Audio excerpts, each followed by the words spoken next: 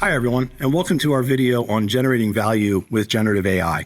My name is Kevin Bolen. I'm the national leader for our advisory transformation around AI. I'm based in the Boston office and also serve as our local Boston office lead for AI transformation for clients in this market.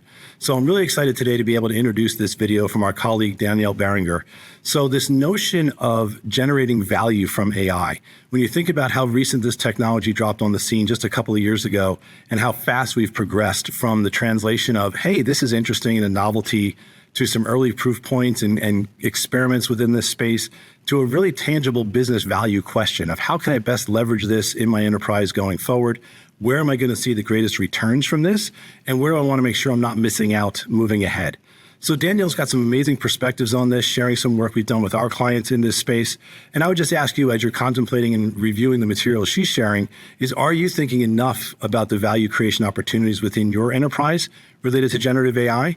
Do you think there's areas that are unexplored today or maybe underexplored? I'm confident the video you're about to see is going to inspire some curiosity and new thinking about the potential value that Gen AI can bring to you and your organization. Enjoy the video. Hi, I'm Pete Casillas, publisher of the San Francisco Business Times, and today we are joined by Danielle Berenger, Principal in Data Modernization and AI at KPMG. Welcome to our exclusive discussion, AI-Powered Business, Unlocking the Value of AI, a conversation presented by KPMG. Hi, Danielle. We're glad you could join us today. Thank you so much for having me. When you think about the evolution of technology, what makes Gen AI so transformational? This is a fundamental shift in how businesses operate. They're focused on integrating the new technology, developing their talent, and determining how they can implement responsible frameworks to support AI, ML, and Gen AI. It's a time like no other, but the time is now to make that investment and begin to look at opportunities. One of the most important things is a focus on value delivery. Is the pursuit for competitive advantage? Is it to support operational excellence? Meanwhile, organizations are spending a lot of time and energy on core transformation, like ERP projects, advancing technology for business value in specific business divisions. So I think one of the key things to think about is what is the cost of not taking action to move towards the implementation of AI as part of their cornerstone of how they run their business. And in your practice, how are you observing organizations actually unlock value with AI in these early stages? Sure. I think there are three primary patterns. The first is where there's an interest in using AI for very specific use cases. That's really important that upfront there be engagement from the business and IT, centered on data strategy, AI strategy, and their business strategy. So what is the value that can be done through specific use cases, and how can AI augment that? The second would be if they are in the middle of an existing transformation of any kind, how does the availability of generative AI support and advance better efficiency, insights, et cetera, within that transformation? And then lastly, metering and measuring the value that is delivered, right? In the past, it's been very qualitative, but now it needs to be quantitative because there is significant expense and investment in actually bringing those Gen AI solutions to life and sustaining them. In your conversations with business leaders, what challenges do organizations typically have as they contemplate incorporating an AI strategy? These are universal, the two that I'll mention. The first is adoption, right? Generally speaking, people are needing to be upskilled. There's a refactoring. There is an education that's required to make people comfortable with the tooling. So I like to say that the presence of technology does not equal success, but adoption does. So having digitally fluent, empowered knowledge workers across the enterprise requires an investment in, digital upskilling, data literacy for deep context for data, and ensuring that there's a community and a mindset that becomes part of the DNA of the organization. As part of our survey, we identified that 71% of CIOs are now leading generative AI initiatives, whereas not just 6 months ago, it was a far lower number. Mm-hmm. Now, that tells us we really have to focus on that engagement between the CIO and the business stakeholders, whether it's the chief financial officer or others who are bringing business cases to bear that need Gen AI. So I think not only the alignment of executives, but also the adoption across the organization. Are people having the correct pathway to digital skills that they'll need to support those technologies? So adoption is one. The second is the fuel for AI, which is data, is really around people, process, and technology transformation, all unified around high quality certified data. So we see things like data products and data marketplaces, and emphasis on data quality. That is absolutely the heart of success. I would even go so far to say that data modernization pointed on data quality is a prerequisite for successful AI ML and Gen AI. Danielle, from the perspective of C-suite executives, what does generative AI mean in terms of the evolution of business intelligence and analytics?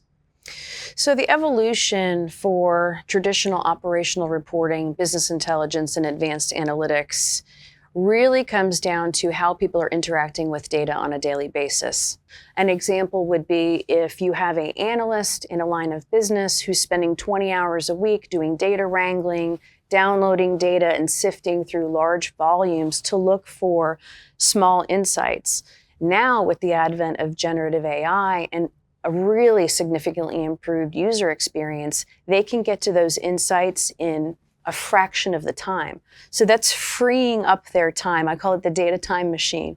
That's giving them time back that they can spend on innovation and insights that they may not have gotten to for a very long time. Danielle, I want to ask you a big picture question. Where do you see the future of the workforce going as generative AI becomes more mainstream and adopted over an ever increasing number and variety of applications? What happens to the workers? I love this question. How do we look at what the future of work is for individuals, for executives, and for the enterprise? This is an unprecedented time.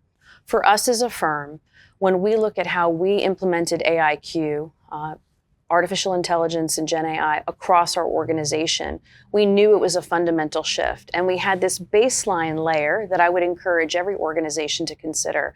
How are we going to bake AI into everything we do? But how do we change our target operating model? That target operating model is really that future state. How will our processes change? How will the integrations to technology change? But most fundamentally, how will our people change? How do we enable them with appropriate education and training and certification?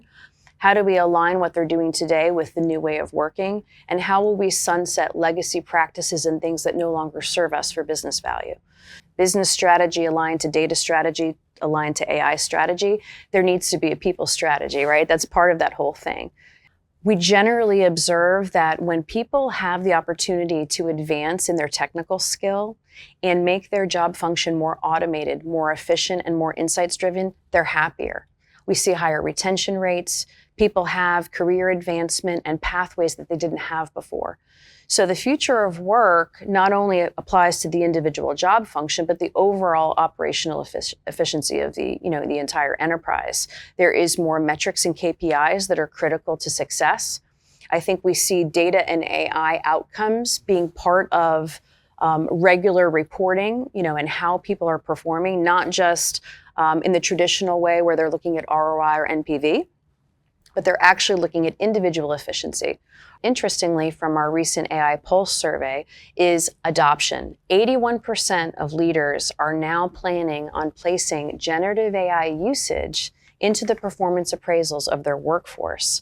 So ensuring that the workforce has the digital skills and the data understanding to fully use and maximize generative AI will be extremely important now and in the future. So future of work is bright. We see organizations that are advancing with Gen AI quickly and really broadening the adoption as having significant competitive advantage. That's great. Perhaps broad question around how do you see the future of AI playing out here? Yeah, the future of AI has several dimensions. I think there is the foundational technology part, right? Infrastructure, AI ops, extending beyond, if you look at like cloud technology and the adoption of cloud modernization, I think that everything ops and observability of all of those operational things in that operational plane are extremely important. It does require scaffolding of humans and processes in order to support that. We have countless examples from clients when they did their cloud modernization of maybe not having their FinOps in order and long-running jobs, storage and compute being out of control and out of budget because they didn't have necessarily the organizational construct for watching what those cloud properties were doing. And touching on the operational part, touching on the human part, I do think this creative space that we now have as people become more efficient, the data time machine as I call it, we're creating space for people to do completely new things that could not physically be done before with the existing technology.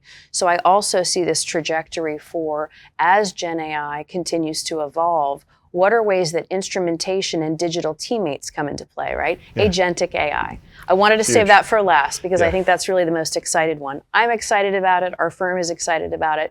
And we've done it very early because we see the opportunity for agentic AI and having a digital teammate to be this culmination of Gen AI really delivering value. When I speak with a lot of business leaders in our community in San Francisco, I think it's fair to say that some of them still feel that AI is a little bit scary. And what I mean by that is they're trying to contemplate what is the downside of creating a less humanistic way of doing business. How do you position AI through an ethical lens when you're confronted with those concerns or questions from your clients?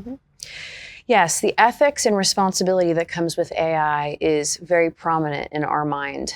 KPMG established our responsible AI framework years ago when we knew that this was essential for us to not only create a cornerstone or a foundation for AI, but be able to bring that to our clients. When we approach AI ML and Gen AI, there are things that are top of mind: privacy, security, ethics, data quality, and the way in which AI is provided to users. Having that framework, encouraging our clients to have a framework of their own or to adopt ours, gives them the assurance to be involving the right people in their organization to start to do exploration. That makes a lot of sense, and that's encouraging. Thank you. Danielle, this has been a fascinating conversation, your insights, your experience. Thank you for sharing them today, and I appreciate your time. Thank you, Pete, for the opportunity to talk with you about AI.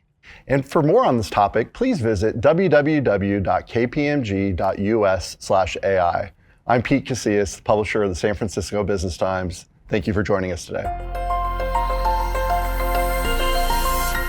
I really hope you enjoyed that content from Danielle and were able to take something away that's directly applicable to your organization. We're really excited about the potential we're seeing emerge within Gen AI and the value it's generating for our clients, both here in Boston and across the country.